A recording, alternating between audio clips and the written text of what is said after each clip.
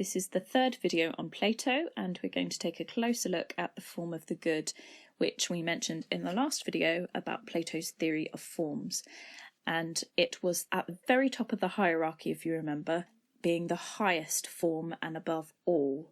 And the word for that is transcendent. The form of the good transcends, is above and beyond everything. In some ways, though, it's also within everything to a greater or lesser extent. For example, a particular horse participates in the form of horse. And every form is a perfect idea, remember. So the form of horse is a perfect idea of horse. That means that it participates in the idea of perfection, or in other words, of complete goodness, which is the form of the good. So the particular horse participates in the form of the horse, which then participates in the form of the good. So all particulars participate in forms, and all forms participate in the form of the good, since each form is perfect. Therefore, all particulars and all forms are ultimately contingent, which means dependent on the form of the good. And they're dependent in two ways, which Plato explains using an analogy or a comparison between the form of the good and the light of the sun in our visible world. He says that, like the sun, which is the author and cause, whose light makes our vision see and visible things to be seen, the form of the good allows the rational part of us, the soul, to grasp or to understand the truths which are in the realm of the forms. Here, Plato is focusing on how everything is dependent on the form of the good epistemically, in other words, to be understood. We need the form of the good to understand or to know anything. It is the form of the good that illuminates, if you like, our rational part, our soul, so that we can access those truths. He said, as the good is in the intelligible region to reason and the objects of reason, so is the sun in the visible world to vision and the objects of vision. He also argued that the more we incline our reason toward the realm of the forms, the more clearly we apprehend truth, and the more we dwell on corruptible and elusive particulars in the material world, the less we apprehend truth.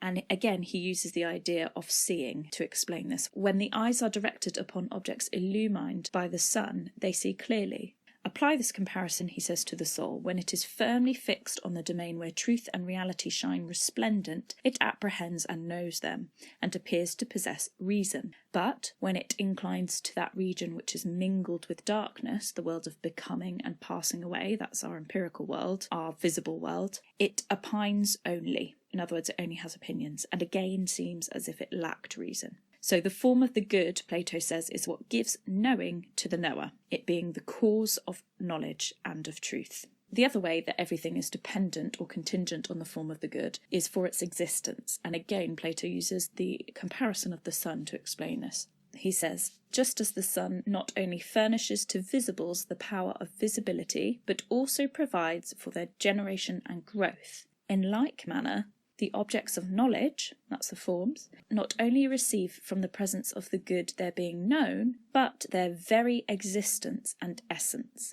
In other words, the form of the good is the cause of all that is correct and beautiful in anything. It's the cause of everything's existence, everything that is good and true. Secondly, we could consider the form of the good in terms of immutability. Immutable, remember, means something that doesn't change. The form of the good is intrinsically good. It's good in itself. In other words, it's good for no other reason. A good, Plato says, that is only and merely good. It is perfection or goodness itself, and therefore it is incorruptible, and so it can't change. It's immutable.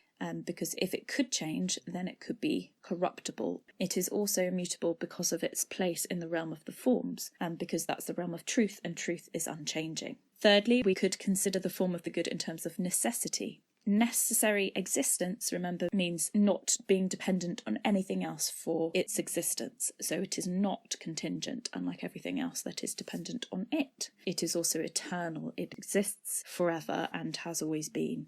It relies on nothing else for its existence. And lastly, we could consider the form of the good in terms of the substance, what it's made of. Just like all other forms, the form of the good is immaterial. It's non-physical.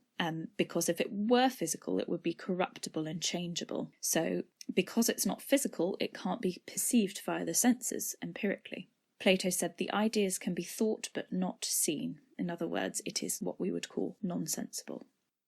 This video has been brought to you by Jest Education. Thank you for watching, and please subscribe to find out more.